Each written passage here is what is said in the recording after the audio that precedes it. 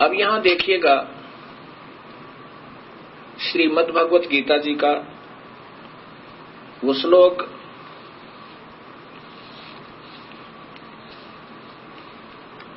जिसमें ये काल स्वयं ब्रह्म कह रहा है कि ये तीनों गुणों के द्वारा जिनका ज्ञान हर लिया, ये गीता प्रेस गोरखपुर से प्रकाशित वही गीता है जो आप देख रहे हैं। अध्याय नंबर 7, ये श्लोक नंबर 12 से देखो इसका। इसमें लिखा है, और भी जो सतोगुण से उत्पन्न होने वाला भाव है, जो रजोगुण से तथा तमोगुण से होने वाले भाव, इन सबको तुम मुझसे ही होने वाला ऐसा जान, परंतु वास्तव में मैं उनमें और वे मुझ में नहीं है। रजगुण ब्रह्मा, सतगुण विष्णु, तमगुण शिव जी। अब इसमें ब्रह्म भगवान क्या कहना चाहते हैं कि इस रजगुण ब्रह्मा से, सतगुण विष्णु से, तमगुण शिव जी है, जो कुछ भी हो रहा है, ब्रह्मा शरीर बनवावे यानी प्रेरणा देकर विषय वासना के द्वारा, और विष्णु जी यहाँ सतिथि बनाए रखते हैं मोह ममता पैदा करके, और वो सतोगुण है। और तमोगुण के द्वारा जो संहार हो रहा है ये शिव है, इसका कारण काल न बना रखे। कहते इन तीनों से जो कुछ भी हो रहा है उनका कारण मुझे ही जान, क्योंकि काल को 1,00,000 जीवों का रोज आहार करना पड़ता है, उसके लिए अपने तीनों पुत्रों से ये सब यहाँ का कार्य करवा रहा है। इसलिए कहता कि मैं इनमें नहीं हूं, क्योंकि ये काल अपने 21वें ब्रह्मांड में बाहर रहता है इंतः, और अपने पुत्रों को और सभी यहाँ के ऋषियों को, जीवों को अपने वहां से रिमोट तक अपनी शक्ति से इनको नचा रहा है। अब ये देखिए 21 ब्रह्मांड का चित्र मैंने पहले भी दिखाया था, अब फिर देखिएगा। ये काल के 21 ब्रह्मांड का चित्र है, और ये काल इन 21 ब्रह्मांड से अपने 21वें ब्रह्मांड में इन 20 ब्रह्मांडों में सबको बंद करके न्यारा रहता है। जैसा ऋग्वेद में आपके सामने अभी आया था,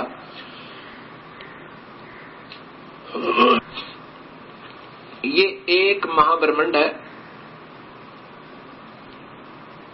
और इसमें ये 5 ब्रह्मांड हैं। एक ब्रह्मांड में ये ब्रह्मा विष्णु महेश प्रभु हैं, विभागीय मंत्री समझो, और एक महाब्रह्मांड को ऐसे अंडे की तरह बंद कर रखा है, इसमें 5 ब्रह्मांडों का एक ग्रुप बना रखा है।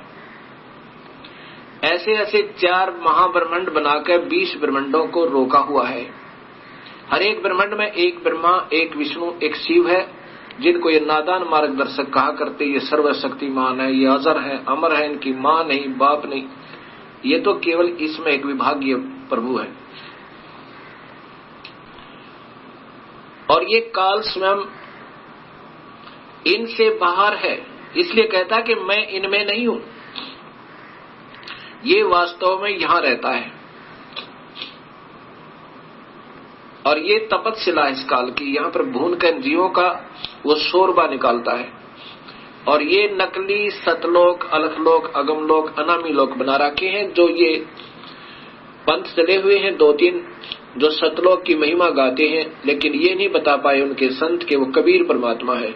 इसलिए वो इस नकली सतलोक में ही पहुंच पाओगे, जो बीड़ी शराब मांस तंबाकू प्रयोग कभी नहीं करते, और वो भी सही नाम होगा तो, इन जो नकली नामों से तो कहीं भी नहीं जा सकते। अब यहाँ देखिएगा, ये स्वयं कहता है कि मैं इनमें नहीं हूं, इनसे बाहर रहता हूं। अब फिर देखिएगा वही गीता जी श्लोक नंबर 13। अब 12 आपको सुना था, 13 गुणों के कार्य स्वरूप यानी गुणमयी माने या त्रिगुणमयी माया, इन तीनों प्रकार के भावों से सारा संसार प्राणी समुदाय इन तीनों गुणों से परे मुझ अविनाशी को नहीं जानता।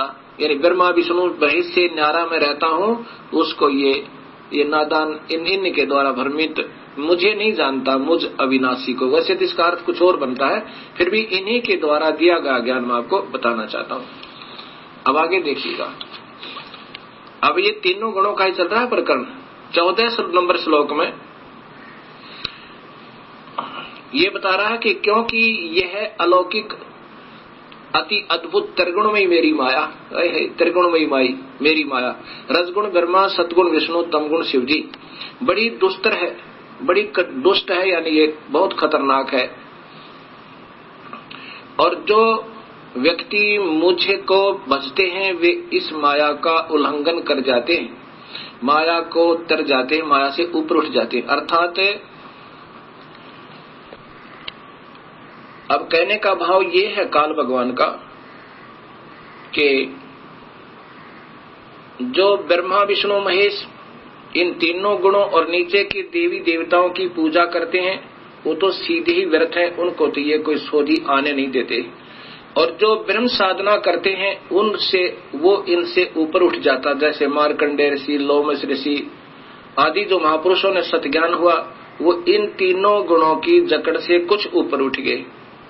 और उनको फिर ये कहता है कि जो इन मेरी पूजा करता है वो इनसे पीछा छुटवा लेता है और महास्वर्ग में उनको महास्वर्ग भेज देता, बाहर नहीं जाने देता।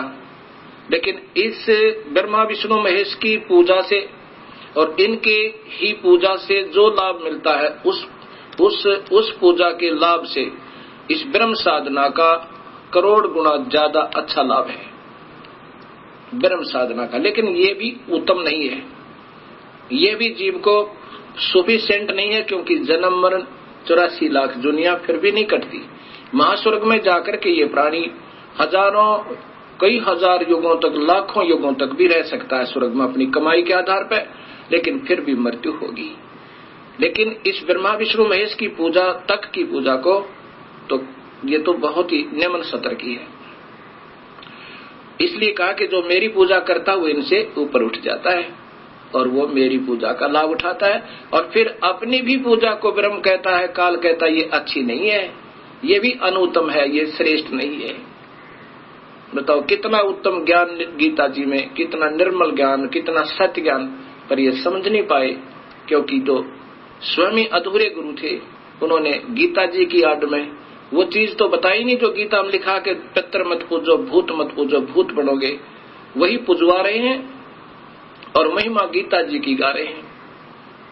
ये सब काल के दूत समझना जो कि शास्त्र विरुद्ध साधना आपको दे रही है। अब देखना 15वें श्लोक में स्पष्ट कर दिया कि इन तीनों गुणों के द्वारा जिनका ज्ञान हरा जा चुका है ब्रह्मा विष्णु महेश की ही पूजा में और इनसे नीचे के देवताओं में और इन्हीं के द्वारा दी जा रही अक्षणिक सहायता, ये भक्ति का जो लाभ है इसी में ये उलझे रहते, संपत्ति, संतान, फिर ये छोटा सा स्वर्ग बना रखा है यहाँ पे, उस स्वर्ग तक जा सकते हैं ब्रह्मा विष्णु महेश के उपासक, और वहां कुछ वर्षों रह करके फिर तुरंत ही 84 लाख दुनियों में गिर जाती। ऐसा ही गीता जी के 7वें अध्याय में बताया है कि वो अन्य देवी देवताओं की पूजा जो करते हैं वो मंदबुद्धि के लोग अक्षणिक सुख को प्राप्त करके तुरंत ही 84 लाख दुनियों में आ जाते हैं। एक ब्रह्म साधना ना करके अन्य देवता, तीनों गुण, तीनों देवता ब्रह्मा विष्णु महेश और फिर नीचे के वो 33 करोड़ देवता और छोटे मोटे बाबा पूज के कहते हैं ये तो शीघ्र ही 84 लाख दुनियों में चले जाते हैं। उन मूर्खों का ये अक्षणिक स्वर्ग 84 लाख दुनियों में डालने वाला है। अब देखिएगा उसी गीता जी को अध्याय नंबर 7 के और श्लोक नंबर 15 में कमाल कर दिया। ब्रह्म भगवान ने क्या कहा है, ये श्लोक नंबर 15, इस त्रिगुणमयी माया के द्वारा, क्योंकि इस त्रिगुणमयी माया का ही जिक्र चल रहा है ऊपर से, माया त्रिगुणमयी माया, रजगुण ब्रह्मा, सतगुण विष्णु, तमगुण शिव जी, माया माने जाल, इनके जाल के द्वारा जिनका ज्ञान हरा जा चुका है, असुर स्वभाव को धारण किए हुए नराधमा, मनुष्यों में नीच, इन तीनों गुणों की पूजा तक ब्रह्मा विष्णु महेश और देवी देवताओं की पूजा करने वालों को असुर स्वभाव के यानी राक्षस स्वभाव के और नीच मनुष्य, हे परमात्मा और ये इधर रहेगा, दुष्कृतिन यानी बुरे काम करने वाले, अर्थात वो धार्मिक पूजा ठीक नहीं। दुष्कृतिन लिखा है नीच कर्म करने वाले। एक ब्रह्म साधना को छोड़कर अन्य पूजा जो करते हैं उनको तो दुष्कृतिन, दूषित कर्म करने वाले मूढ़ है, मूर्ख लोग है, और वो मुझे नहीं बचते, अर्थात ब्रह्म साधना नहीं करते। ये आपके सामने गीता जी है। अब आपको इसी का प्रमाण योग वशिष्ठ में दिखाता हूं। अब विचार करने की बात है, ये ब्रह्मा विष्णु महेश भी कभी नहीं कहते हमारी पूजा करो। किसी शास्त्र में ये प्रमाण नहीं है कि उन्होंने स्वयं कहा हो कि हमारी पूजा करो, लेकिन ये अधूरे गुरु जिनको स्वयं ज्ञान नहीं होता वही इनकी महिमा गाकर इन भोली आत्माओं को उन्हीं के ऊपर आश्रित करते हैं। ये स्वयं कहते हैं कि उस परमात्मा की भक्ति करो। और जैसे हम हनुमान की पूजा किया करते थे, मैं हनुमान की पूजा करता था, श्याम जी की पूजा करता था। हनुमान जी ने कभी नहीं कहा मेरी पूजा करो, क्योंकि वे स्वयं राम भगत थे। और एक भगत की भगत पूजा करे, बताइए इससे बड़ी मूर्खता और क्या होगी। कौन कहेगा, कोई भगत कहेगा कि तू मेरी पूजा कर ले? नहीं कहेगा, कभी नहीं कहेगा। वो तो कहेगा भी गुरुदेव के पास जाओ, उनसे उपदेश ले लो, तुम्हारा कल्याण होगा। अगर ऐसा कोई कहता हो तो दुष्ट आत्मा है, क्योंकि वो स्वयं गुमराह है और वो आप भी डूबे उनको भी डुबोएगा। ऐसा भक्त आत्मा नहीं कर सकते। ऐसे ये योग विशिष्ट आपको दिखाता हूं। ये देखिएगा योग वशिष्ठ, और बहुत से संत इसकी आड़ लेकर उआबाई बकते हैं, जो इसमें लिखा वो नहीं बताते। वशिष्ठ जी पूछते हैं महादेव जी तय कि महाराज जी ध्यान रूप पूजन अर्थात परम पद आदि ये मुझे बताइए। 28वां सर्ग।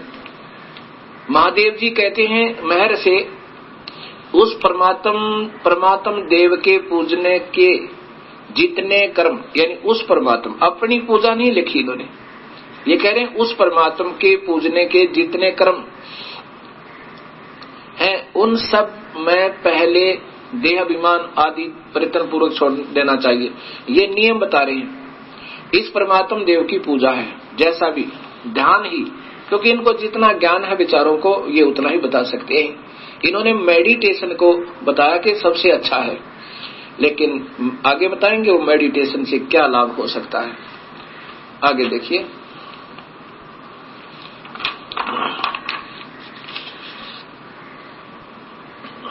यहां देखो, ये सब उसी के बारे में प्रमाण दिया जा रहा है, और अपनी महिमा इन्होंने कहीं नहीं लिखी। आगे लिखा है कि उस पूर्ण क्योंकि इन्होंने वेदों का ज्ञान ब्रह्मा जी से हुआ। वेदों में ये लिखा है परमात्म देव ही परम देव है। पूर्वोक्त नियत के नाटक का साक्षी यह परमात्म देव ही परम देव है। अब यहाँ क्या है, वेदों में क्या लिखा है कि पूर्ण परमात्मा कबीर परमेश्वर है, और पूजा दे रखी है केवल ब्रह्म तक की। तो ये सभी महापुरुषों ने, ब्रह्मा ने, विष्णु ने, शिव ने, क्योंकि ब्रह्मा जी ने वेद पढ़े और शिव और विष्णु जी को बताया, तो उन्होंने उसी सुनी सुनाई बातों से बता रहे हैं कि वो परमात्मा, वो परमात्म देव, और फिर पूजा बताते हैं केवल ओम नाम की ही। महिमा तो उस परमेश्वर की गाते हैं वेदों के आधार पर, लेकिन पूजा का इनको मालूम है केवल ब्रह्म तक का, इसलिए बेचारे यहीं पर लटकम पटकम रह जाते हैं। अब देखो ये योग वशिष्ठ में आपको इसी में आगे दिखाता हूं कि वो महादेव जी स्वयं कह रहे हैं। सचित्र योग वशिष्ठ महारामायण द्वितीय खंड, और ये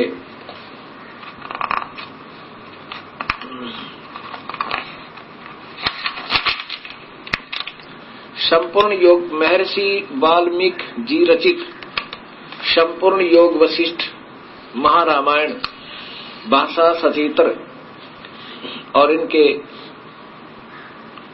काशी पुस्तकालय ये गिरधर जी इसके रचयिता हैं, यानी संपादक हैं, इसको सरलार्थ करने वाले, और काशी पुस्तकालय इंडस्ट्रियल एरिया मथुरा से ये प्रकाशित है। इसमें ये क्या लिखा है, क्या कहा है इन्होंने। अब महिमा तो वेदों अनुसार बता रहे हैं, ये भगवान शिव स्वयं कह रहे हैं कि पूर्वोक्त नियत नाटक का साक्षी यह परमात्मा ही परम देव है। यही समस्त पदार्थों का आश्रय, सर्वव्यापक, चिंतनमय, अनुभव रूप और सभी सज्जनों द्वारा यही सर्वदा पूजनीय है। शिव जी अपनी पूजा नहीं कह रहे, उसी परमेश्वर की पूजा का इशारा कर रहे हैं, संकेत कर रहे हैं। यही परमदेव परमात्मा घट घट में व्यापक है। घट घट में घट पट और वट में, दीवाल में, छकड़े में, अर्थात सर्वव्यापक है। यही परमात्मा शिव, हर, हरि, ब्रह्मा, इंद्र, कुबेर और यम स्वरूप है। अब जितना उनको ज्ञान होता जा रहा है, बता रहे हैं कि उसमें सब शक्तियां हैं। अनेक प्रकार की घटपट की आकृतियों को लेकर असंख्य पदों से बोधित होने वाली, उन आकृतियों को छोड़ने पर एक पद से बोधित होने वाली शतारूप इस जग जाल का उत्पादक महाकाल, ओए होए, देख कितना स्पष्ट लिखा है। ये महाकाल कहते हैं इस परमात्मा देव का द्वारपाल है। देखो ध्यान से, फिर पढ़िए। भगवान शिव कह रहे हैं कि ये महाकाल, ये ब्रह्म, ये तो उस परमेश्वर का पहरेदार है, उस काल का। 21 ब्रह्मांड के मालिक तो उस परमेश्वर का, ये काल तो उसका द्वारपाल अर्थात नौकर है। और इसी का प्रमाण गरीबदास जी देते हैं। इसी का प्रमाण गरीबदास जी स्वयं आंखों देखा हाल विवरण करते हैं कबीर साहब की समर्थता का। क्या कहते हैं, गरीब काल जो पीसना जोरा है पनिहारे, ये दो असल मजदूर हैं मेरे सतगुरु के दरबारे।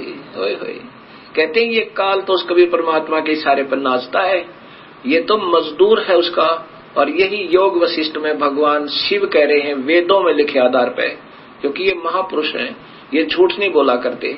ये तो हमारे जैसे गुमराह करने वाले जिन्हें स्वयं ज्ञान नहीं, वही एक विभागीय प्रांतीय मंत्री को मुख्यमंत्री, प्रधानमंत्री, राष्ट्रपति बता रहे हैं। अगर उस मंत्री से कोई पूछेगा क्या आप प्रधानमंत्री हो, वो कहेगा नहीं, मैं तो विभागीय मंत्री हूँ।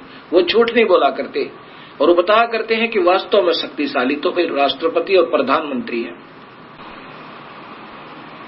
ये स्वयं नहीं कहा करते परमेश्वर की प्यारी आत्मा ब्रह्मा, विष्णु व शिव, ये स्वयं नहीं अपने आप को सर्वशक्तिमान बताया कहीं पर भी। इन्होंने एक ही परमेश्वर की तरफ, उस पूर्ण ब्रह्म का ही इशारा किया सबके सामने। अब जैसे भक्तात्मा कहते हैं हम श्री राम जाप करते हैं, और उनके हमारे पास विनम्र भाव से पूछा गया, प्रश्न उनका था कि आप बताते हो कि राम जाप नहीं करना, और हमारे गुरुदेव ने तो श्री राम के ऊपर ही पूरी महिमा गाई है कि श्री राम जाप जपना चाहिए, और जय जय राम, श्री राम, जय जय राम, सिया राम, ये जाप बहुत उत्तम बताया। तो भक्तात्मा जैसे श्रद्धा आपकी प्रभु के अंदर बहुत अच्छी बनी हुई है, वो तो बहुत अच्छा है,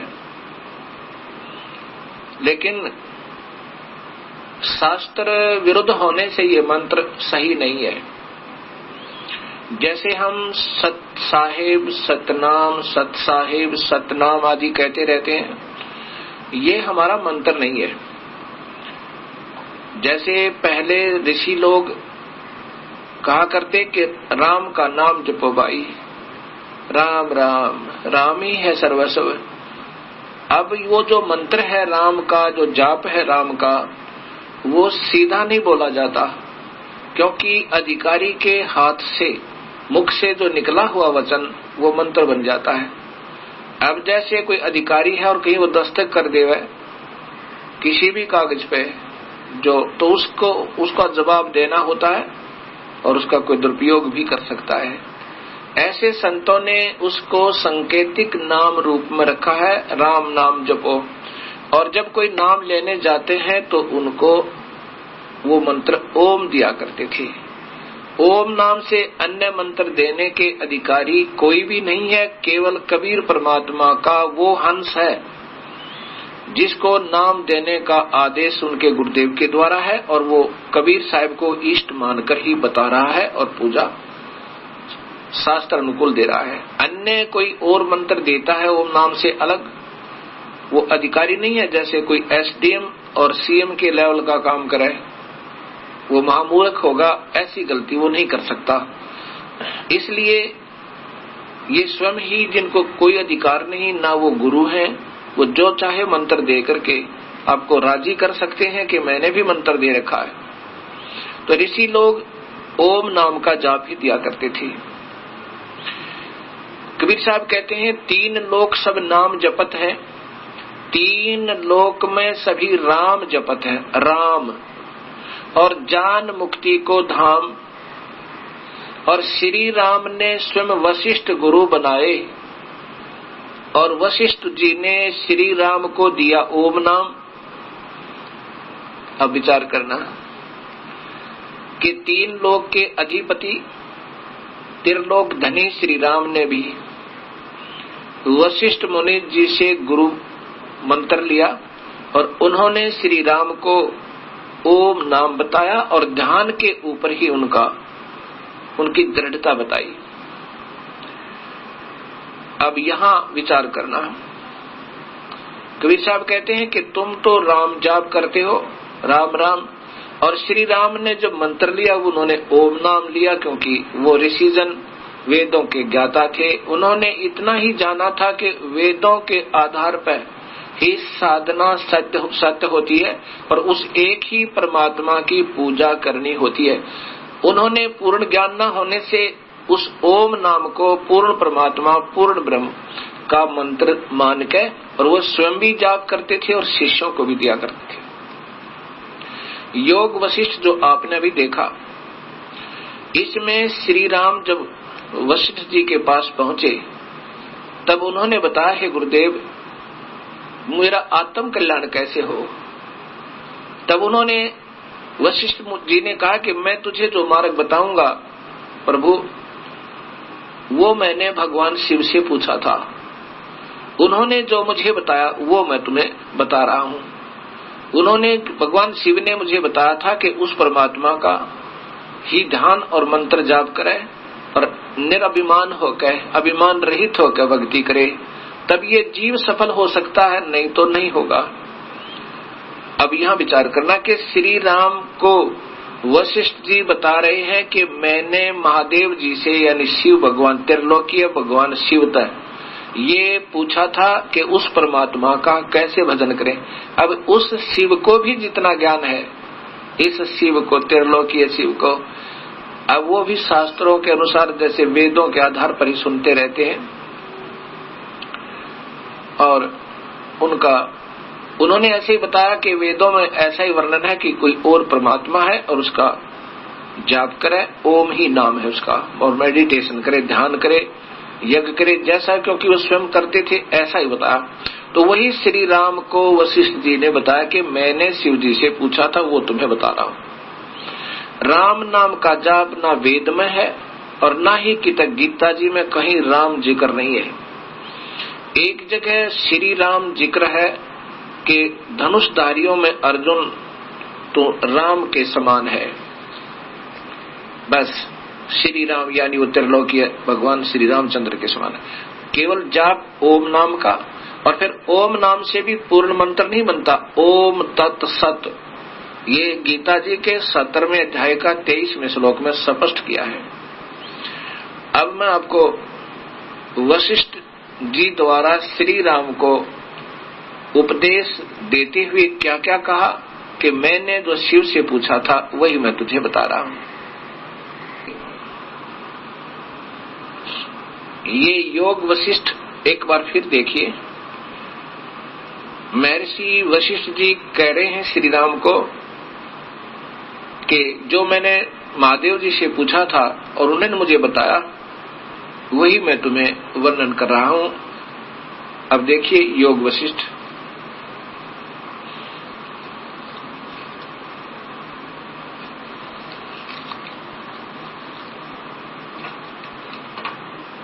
सचित्र योग विशिष्ट महारामायण द्वितीय खंड, और ये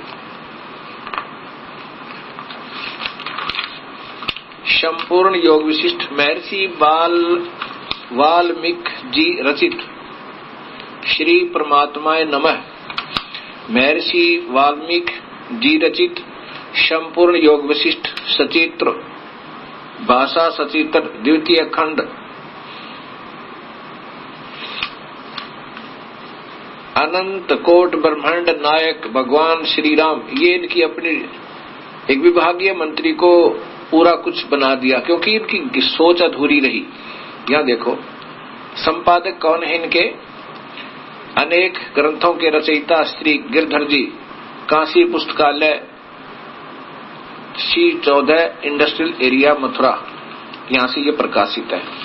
और इसके आप देखो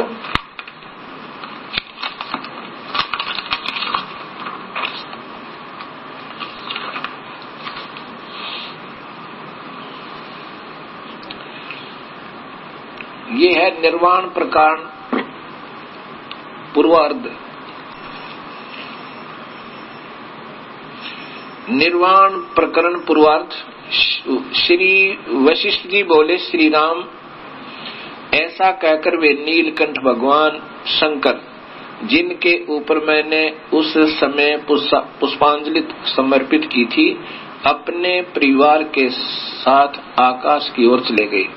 तब पहले से ही शांत स्वभाव वाला मैं त्रिभुवन के अधिपति उमापति के जाने के बाद अक्षण भर चुप रहकर उनके स्मरण पूर्वक उनके द्वारा उपदिष्ट परमात्म देव का, यानी और परमात्मा देव का ज्ञान पूर्वक ध्यान रूप पूजन नवीन परिष्कृत और श्रद्धा आदि से पवित्र हुई बुद्धि से करने लगा। रघुनंदन, महादेव शंकर जी ने चिदानंद सचिदानंद परमात्मा का ध्यान रूप सर्वोत्कृष्ट पूजन मुझे कहा, और स्वयं भी मैं उसे तत्व से जानता हूं। अब देखो वशिष्ठ जी आगे कह रहे हैं कि ज्ञान स्वरूप, तुम ज्ञान स्वरूप और उदारधी होकर सदा ब्रह्म के ध्यान में तत्पर होते हुए समुद्र की तरह परिपूर्ण परितृप्त रूप से स्थित रहो। रघुनंदन, यह सब तुमने सुना और परिपूर्ण बुद्धि होकर तुम स्थित भी हो। इस विषय में और जो कुछ पूछना है चाहो पूछो। पहले जो तुमने प्रश्न किए थे उनमें से यदि कोई उत्तर बिना रह गया हो तो उसे भी आज पूछ लो। वशिष्ठ जी श्री राम को कह रहे हैं, दशरथ पुत्र श्री राम को। अब श्री राम जी कहते हैं कि नहीं, मैंने अब सब प्रश्नों का उत्तर पा दिया है, मुझे कोई ऐसी बात नहीं रही और सब संसार को समझ लिया है, आपसे आगे देखो, ये उन्होंने कहा। फिर वशिष्ठ जी कहते हैं कि रघुनंदन श्री राम, तुम आत्मज्ञानी हो, इसलिए अहंकार तुम्हारा पतन नहीं कर सकता,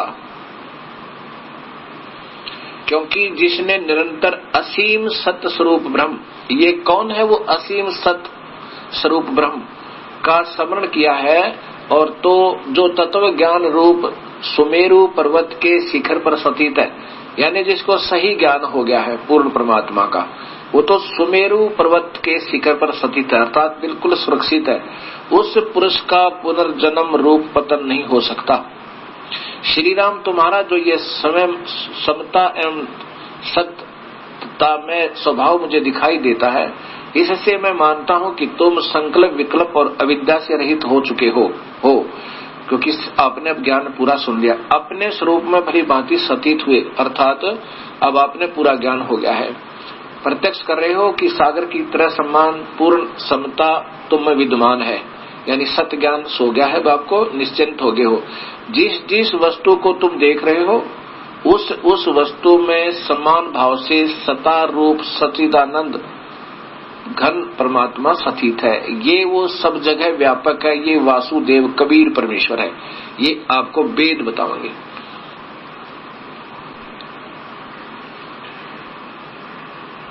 भगवान श्री राम को वशिष्ठ मुनि जी ने ओम नाम बताया। अब यहां आपने देखा कबीर साहब की वो वाणी सत्य सिद्ध होती है। तीन लोक सब राम जपत हैं, जन मुक्ति को धामे। उन्होंने भी श्री राम ने वशिष्ठ गुरु कियो हो, उनको सुनायो ओम नाम। ओम नाम वशिष्ठ मुनि जी ने भगवान श्री राम को दिया। अब यहां विचार करना पड़ेगा कि फिर राम नाम का जाप कराने वाले नादान संत आपको टॉफी दे रहे हैं, मीठी गोली, उनको स्वयं ज्ञान नहीं। अब जैसे कबीर पंथ में ऐसे ही बुद्धिहीन बहुत है मेरे जैसे। हम सत साहेब बोलते हैं, सत साहेब सत साहेब। अब कई सत साहेब नाम देने लगे कि बस सत साहेब करते रहो, सत साहेब करते रहो, बेड़ा पार है। और कई केवल सतनाम जपते रहो, सतनाम सतनाम सतनाम। ये जाप नहीं है, ये वो बुद्धिहीन संत देते हैं सतनाम जाप, जिनको मालूम नहीं कि सतनाम और मंत्र है। ऐसे ही राम का नाम कोई और मंत्र है। तीन लोक का राम का नाम है ओम, और परब्रह्म का नाम है, राम का नाम है, वो अलग है। वो तत् कहा गीता जी के 7वें अध्याय के 17वें अध्याय के 23वें श्लोक में तीन मंत्र का नाम बताया है। ओम तत् सत। ओम तो ब्रह्म का और तत् सांकेतिक मंत्र है, और सत भी सांकेतिक और गुप्त है। ये कोड वर्ड में कहा जाता है। और उसी का प्रमाण श्याम वेद देता है कि वो कबीर परमेश्वर अपनी ही प्राप्ति के लिए स्वयं भी आता है, स्वयं संत बनकर मानुष रूप धार कर, और उसमें सत भक्ति प्रचार करता है पूर्ण परमात्मा की, अर्थात अपनी ही। और वो तीन मंत्र का जाप देके और तीन ही स्थिति में देकर इस जीवात्मा को काल के जाल से छुड़वाता है। वो बंदी छोड़ है। इस प्रकार जब हमें सही नाम का पता चलेगा तभी हम यहाँ से हटेंगे। तो कई कबीर पंथी क्या कहते हैं, सत साहेब जप लो, सतनाम सतनाम, या सतगुरु दयाल, या कोई वैसे ही अपनी मर्जी के मंत्र देते हैं। वो सही नाम नहीं है। एक ऐसे ही जगह में सत्संग सुनने गया तो वहां एक कबीर पंथी महात्मा क्या गा रहा है, सत्य साहिब सत्य साहिब सत्य साहिब जी, सत्य साहिब सत्य साहिब सत्य साहिब जी। और सैकड़ों व्यक्ति उसके पीछे बैठकर उस बुद्धिहीन का और फिर ऐसे बन रहे। ऐसे ही वो जाप नहीं है, और ना ही उसके कहने से कोई लाभ है। वो तो इशारा करता है कि वो सत्य साहिब कौन है, वो सच्चा भगवान अविनाशी परमेश्वर है कौन। ऐसे ही जय राम श्री राम जय जय राम श्री जय राम, ये कोई मंत्र नहीं है। ये तो मन प्रसन्न करने वाली बात है। जब वो है कौन राम, वो कौन मंत्र है उस राम का, ये सारा आपने परिभाषा प्रभु की के अंदर क्लियर हो गया, स्पष्ट हुआ। तीन लोक के राम है, ब्रह्मा विष्णु महेश, इनका भी मंत्र अलग है। और 21 ब्रह्मांड का राम वो काल भगवान है, जो इनके पिताजी हैं। किनके? ब्रह्मा विष्णु महेश के। और तीन लोक के राम है ब्रह्मा विष्णु महेश, और ब्रह्मा विष्णु महेश के पिताजी हैं काल भगवान, वो 21 ब्रह्मांड का राम है। और परब्रह्म जो है अक्षर पुरुष, वो 7 संख ब्रह्मांड का राम है। अनंत करोड़ ब्रह्मांड का, जिनकी कोई गिनती नहीं, उनका जो राम है वो सत साहिब, सच्चा राम। अविनाशी भगवान, अकाल मूर्त, शब्द स्वरूपी राम, सतपुरुष, परम अक्षर पुरुष, ये तो उनकी उपमात्मक नाम है, महिमात्मक नाम है।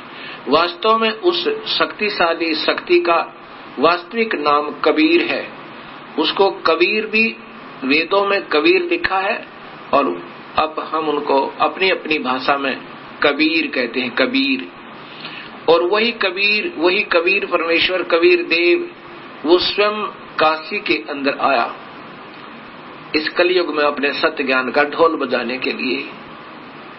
तो ऐसे ये राम है, तीन लोक के राम, ब्रह्मा विष्णु महेश, 21 ब्रह्मांड का राम, इनके पिताजी काल भगवान, जो गीता जी के 11वें अध्याय के 32वें श्लोक में कहता है कि मैं काल हूँ अर्जुन और सभी को खाने के लिए आया हूँ। गरीबदास जी कहते हैं ये काल कसाई हसत है, सर्वलोक को खाए। ये काल कसाई हसत है, सर्वलोक को खाए, मैं सब लोगों को खाने के लिए आया हूँ, सब जितने भी व्यक्ति हैं इन सब को खाऊंगा। और अंकुश निर्गुण नाम का ये सतगुर दर पकड़ा जाए। अंकुश इसके लिए कौन सा है? सच्चे नाम का, निर्गुण नाम का एक सार नाम है, उसको सार नाम कहते हैं। उससे फिर ये दूर हो जाता है, ये उस प्राणी के निकट नहीं आ सकता। अगर वो प्राणी सत भक्ति करता हुआ गुरुदेव के चरणों में, गुरु मर्यादा में अंतिम श्वास तक रहता है, जो गुरु मर्यादा भंग कर देते हैं उनके साथ प्रभु नहीं रहेगा, फिर वो काल जाल में फंस जाएगा। अब इस प्रकार ये भ्रमणा भटकना हमारी हट जाएगी, क्योंकि ये सत्य ज्ञान अभी तक हमारे पास नहीं पहुंचा था। अब उसी परमेश्वर की रजा हुई है तो ये प्रारंभ हुआ। अब प्रसंग चल रहा था कि नादान संत शास्त्र विरुद्ध साधना देकर समाज को गुमराह करते हैं।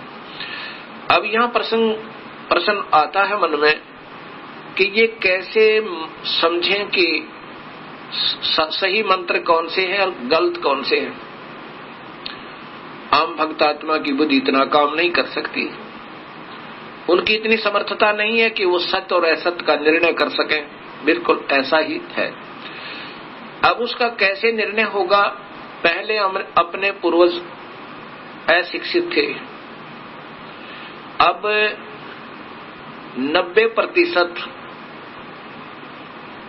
से भी ज्यादा शिक्षित हो चुके हैं बहन और भाई। शास्त्र अपने पास है और सत्य ज्ञान ये आपको अब मिल रहा है। इस सत्य कथा, इस सच्ची राम कथा को आप श्रवण कीजिए।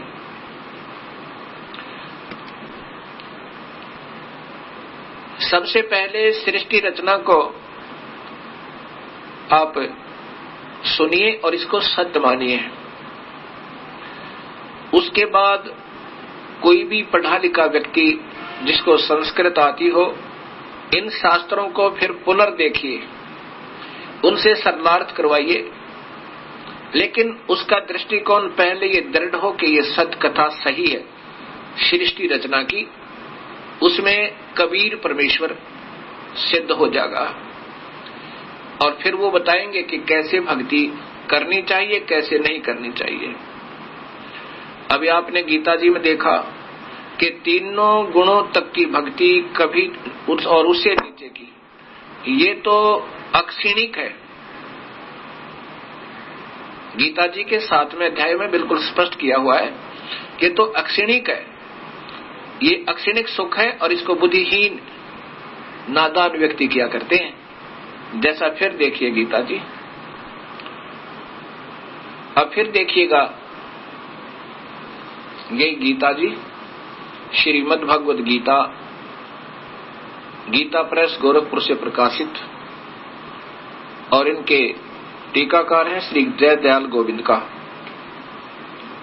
अब इसके अंदर आप देखिए, जैसा कि आप पहले सुन रहे थे, 15 श्लोक तक आप सुन चुके।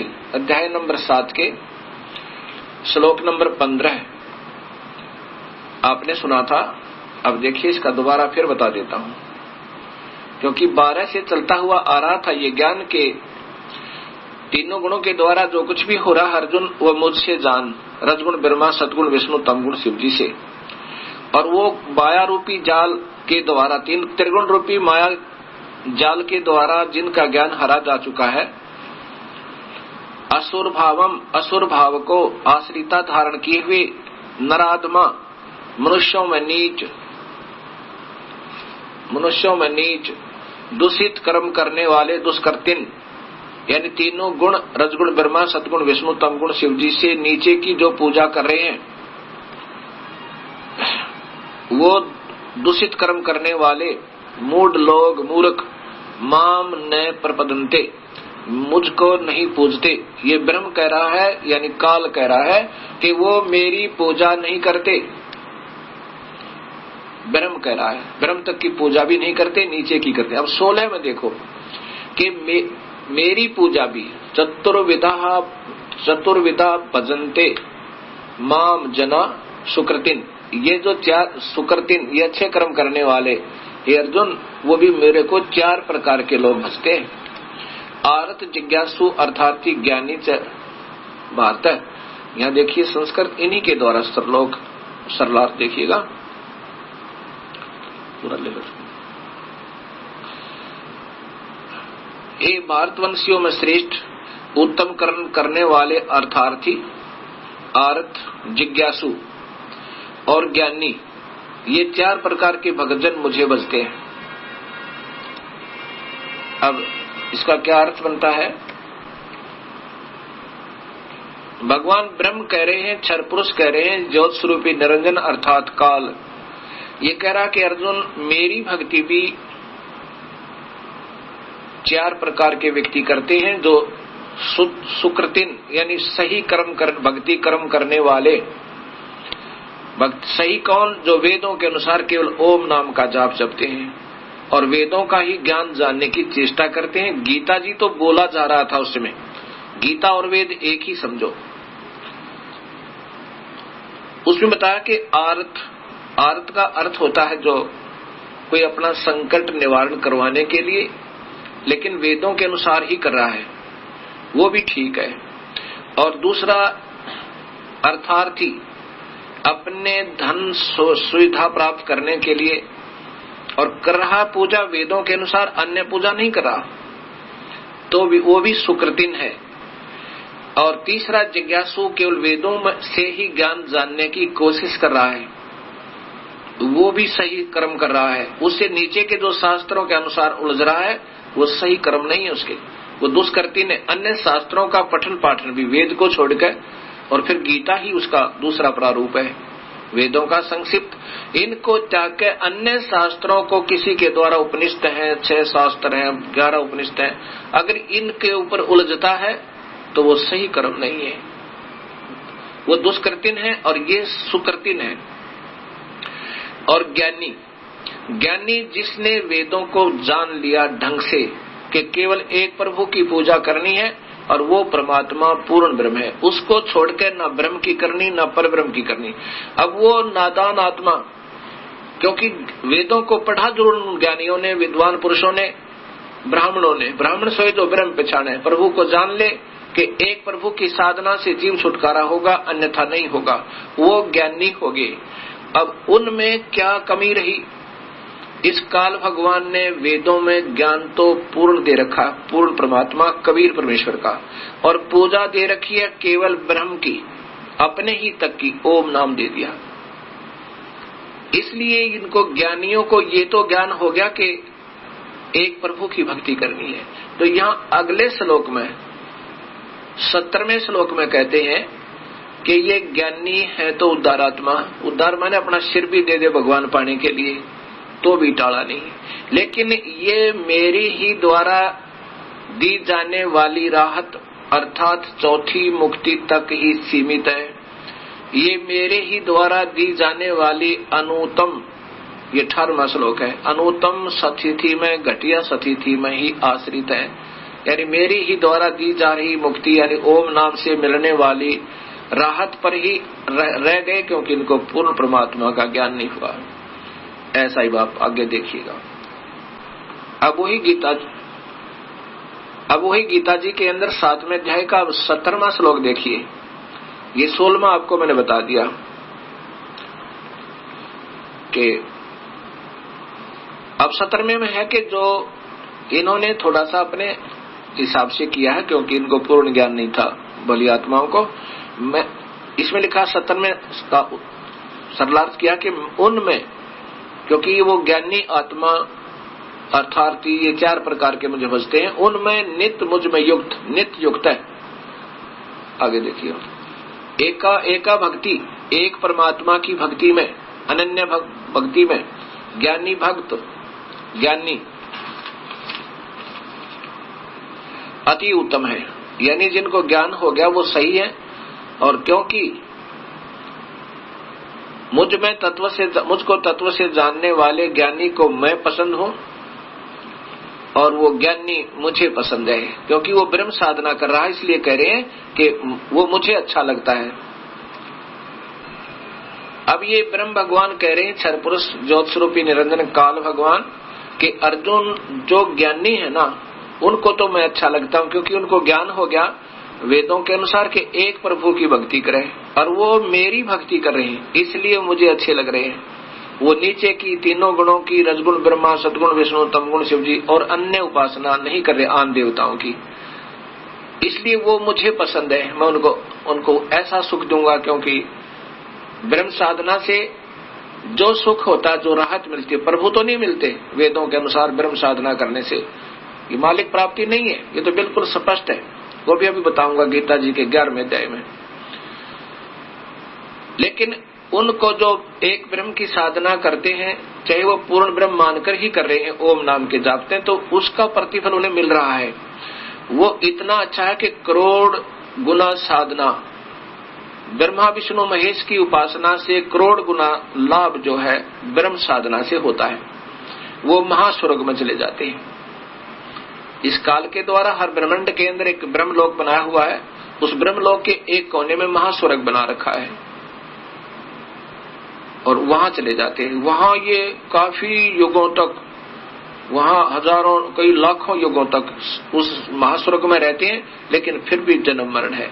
इसलिए आगे कहेंगे 18वें श्लोक में कि मेरे द्वारा दी जा रही राहत भी उत्तम नहीं है, अनुत्तम है। ये स्वयं काल भगवान ब्रह्म भगवान कह रहे हैं, जो गीता में बोल रहे हैं। अब आप देखिए वही गीता जी। अब ये संस्कृत दिशा देखिए, उदारा है सर्वे एवं एत ज्ञानी तु आत्मा एवं ते मे मतम। ये मेरा विचार है कि ज्ञानी आत्मा जितनी है, ये है तो बेचारी उदार है। ये तीनों ने किया, मेरा स्वरूप है इनका, इतना विचारों का पूरा ज्ञान ना होने से किया। सीधा अर्थ बनाया कि ये जितनी भी ज्ञानी आत्मा वेदों के अनुसार जिनको ज्ञान हुआ, वो है तो उदार, सिर देने की भी टाल नहीं परमात्मा के पाने के लिए, ये मेरा विचार है।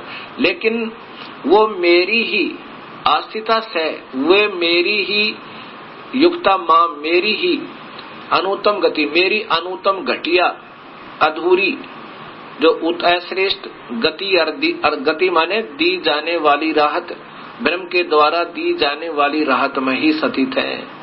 सह आस्थिता, सह युक्ता, क्योंकि ही माने क्योंकि, सह माने वह, युक्ता माने प्रभु भक्ति में एक भक्ति को जानकर भक्ति करने वाले, माम अनुतम गति में स्थित है, वह मेरी अनुतम घटिया सतिथि में आश्रित है। कोई संस्कृत का जानने वाला विद्वान पुरुष समझ सकता है इसको। अब आगे देखिए, इनकी जो सरलार्थ है वो भी समझ लीजिए। महापुरुषों ने क्या किया है, ठीक है, नीचे ये सभी उदार हैं, परंतु ज्ञानी तो साक्षात मेरा स्वरूप ही है, मेरा मत है। लेकिन ऐसा नहीं था, क्योंकि वह मद भक्त, मदत मनन बुद्धि वाला ज्ञानी भक्त अति उत्तम। अब अनुत्तम का, अनुत्तमाम का अर्थ घटिया तो घटिया, अनुत्तमाम यानी बिल्कुल व्यर्थ, अनुत्तम माम, उसे अर्थ इसका यह बनता है अनुत्तम माम, मेरी सबसे घटिया गति में मुझ में ही स्थित है।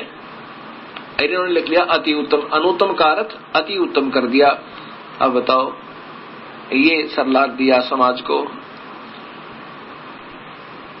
अब आपके सामने भक्त समाज कि कैसा उन्होंने सरलार्थ किया समाज को, क्योंकि उन बेचारों को स्वयं ज्ञान नहीं है। इन टीकाकारों को अनुत्तम को ये अति उत्तम लिख रहे हैं, और फिर यही लेखक आगे विचलित हो जाता बेचारा कि कहां तक अर्थ का अनर्थ करूं। आगे फिर अनुत्तम को अनुत्तम ही लिख देता है। धन्य भाग है इसके, तो भी पीछा छुटा बेचारे ने। अब इसमें स्पष्ट किया है कि ये ज्ञानी आत्मा है तो उदार बेचारी, जैसे महर्षि चुनक जैसे, महर्षि दुर्वासा जैसे, महर्षि कपिल देव जैसे, कपिल मुनि जैसे, उन्होंने वेदों को पढ़ा और उसमें पाया कि एक ही प्रभु की भक्ति करनी है, और उसका विशेषकर ध्यान ही बताते हैं ये मेडिटेशन ही। और उससे क्या पाया, हजारों वर्षों तक मेडिटेशन ध्यान करके केवल सिद्धियां आई, प्रभु नहीं मिले। अंदर प्रकाश देकर राजी रहे, प्रसन्न रहे, और सोचा प्रभु मिल गया, क्योंकि प्रकाश में बताते हैं परमात्मा को, लेकिन ऐसा नहीं है। अब यहां बताया कि वो है तो उदार आत्मा, जिन्होंने अपने शरीर की परवाह नहीं की, हजारों वर्षों तक भूखे प्यासे और संघर्ष करते रहे, लेकिन वो बेचारे पूर्ण ज्ञान न होने से ये काल कह रहा है कि मेरी घटिया, मेरे द्वारा दी जाने वाली अनुत्तम अश्रेष्ठ राहत में ही लगे रहे, क्योंकि ब्रह्म साधना से भी जीव मुक्त नहीं हो सकता, काल के जाल से पार नहीं हो सकता। अब 19वें श्लोक में लिखा है कि मेरी भक्ति भी अर्जुन, मेरी भक्ति भी न जाने कितने जन्म हो जाते हैं आपके, न जाने कितने जन्म, तब कोई शुभ संस्कार उदय होता है जो ब्रह्म साधना कोई प्राणी करता है वेदों के अनुसार। ऐसा भी बहुत जन्मों के बाद तुम्हें सुअवसर प्राप्त होता है, नहीं तो नमन सत्र की साधना में जीवन व्यर्थ करते रहते हो। और ऐसा महात्मा जो उस पूर्ण परमात्मा को ही माने कि वो है सर्वव्यापक, और वो पूर्ण परमात्मा कौन है उसको समझे, ऐसा तो बहुत ही दुर्लभ है।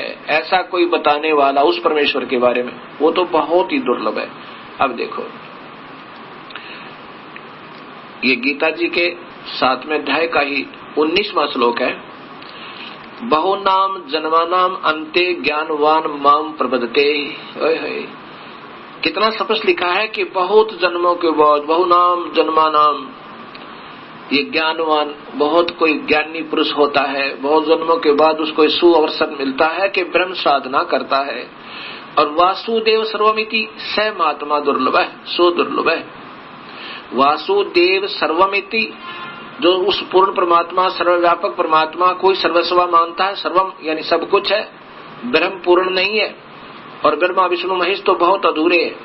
ऐसा कोई बताने वाला सह महात्मा सुदुर्लभ है, वो संत तो बहुत ही दुर्लभ है। और उसी को ढूंढो अर्जुन, अगर उस परमात्मा को पाना है तो वो आपको 4थे अध्याय का 34वां श्लोक बताता है। अब देखिएगा, वही गीता जी अध्याय नंबर 4, अध्याय नंबर 4 का और श्लोक नंबर नीचे देखिएगा 33 या 33 से देखिएगा। कहता है श्रेयान धर्मयात यगात ज्ञान यज्ञ प्रणतप सर्वम कर्म अखिलम भारत पार्थ ज्ञाने परिसमाप्ते। इसका क्या अर्थ है? श्रेयान,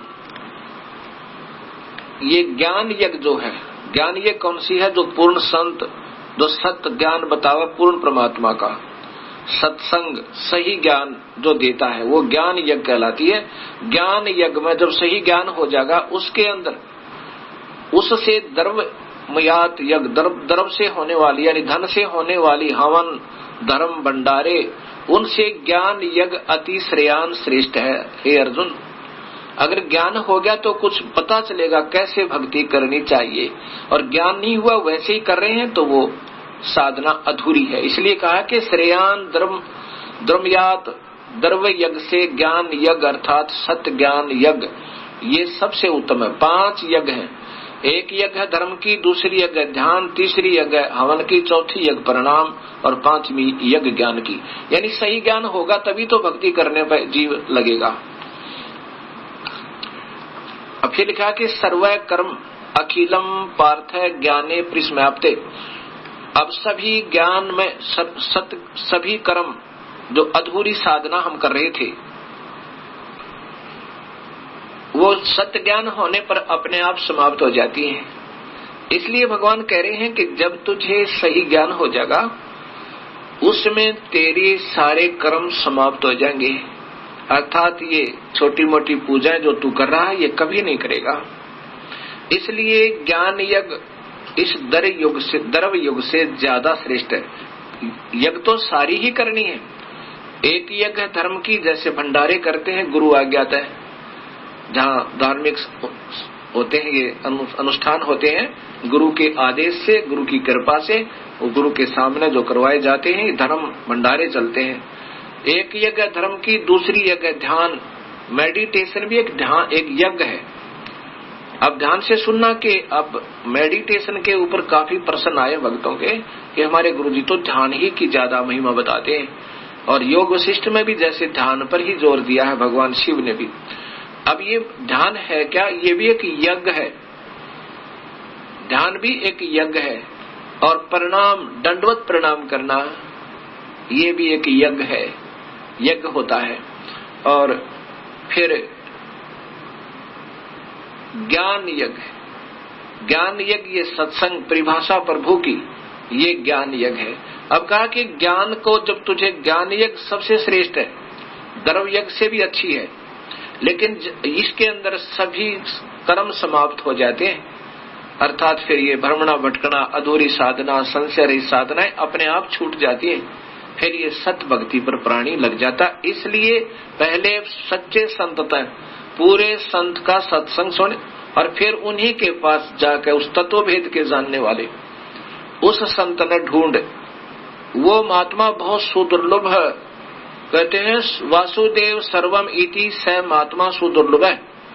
उसने ढूंढ, फिर ये सच्चा ज्ञान बताने वाला, पूर्ण परमात्मा का मार्गदर्शन करने वाला और शास्त्र अनुकूल साधना देने वाला, और जिसको आदेश हो ये नाम देने का, उन संतों को फिर ढूंढे।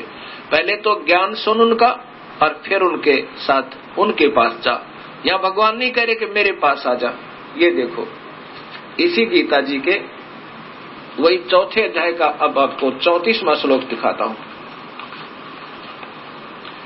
ये आपने 33वां श्लोक पढ़ा, ये अब 34वां पढ़ो। इन्होंने भी ऐसा किया सरलार्थ। ये देखो, हे परंतप अर्जुन, द्रव्य में यज्ञ की अपेक्षा ज्ञान यज्ञ अत्यंत श्रेष्ठ है। यावन मात्र संपूर्ण कर्म ज्ञान में समाप्त हो जाते हैं। अब देखो 34वें श्लोक में स्पष्ट कर दिया भगवान ने कि उन संतों ने ढूंढ ले अर्जुन, तत्विदः प्रिपातेन प्रणिपातेन पृक्षसेन सेवाय उपदिशन्ति ते ज्ञानम ज्ञानिना तत्वदर्शन। यहाँ देखो उस ज्ञान को, अब जैसे परिभाषा प्रभु की, ये वो ज्ञान वास्तविक ज्ञान है। उस ज्ञान को तू तत्वदर्शी ज्ञानियों के पास जाकर सुन, समझ, उनको भली भांति दंडवत प्रणाम करने से, उनकी सेवा करने से और कपट छोड़कर सरलता पूर्वक प्रश्न करने से वे परमात्म तत्व को भली भांति जानने वाले ज्ञानी न ज्ञानी महात्मा तुझसे तत्व ज्ञान का उपदेश करेंगे। यहाँ भगवान नहीं कह रहे कि मेरे पास आ जा मैं तुझे परम ज्ञान दे दूंगा, नहीं। अब ये आपको शास्त्र अनुकूल ज्ञान प्राप्त हो रहा है, और ऐसे ही करने से बात बनेगी। अब इसमें स्पष्ट कर दिया कि उन संतों ने ढूंढ ले अर्जुन जो उस पूर्ण परमात्मा के तत्व ज्ञान के जानने वाले हों, उनको दंडवत प्रणाम कर, निष्कपट भाव से उनकी सेवा करे, और सरलता पूर्वक प्रश्न करने से, अर्थात उनसे भीख मांग उस उपदेश की है परमात्मा के प्यारे हंस, हे सतगुरुदेव अब हमारा कैसे छुटकारा हो, अभी तक तो हम अधूरे ज्ञान वाले उलझे हुए थे। वो फिर जैसे बतावें ऐसे करना, वो फिर तुझे उस परमात्म तत्व का उपदेश करेंगे, पूर्ण परमात्मा का मार्गदर्शन करेंगे। अब आप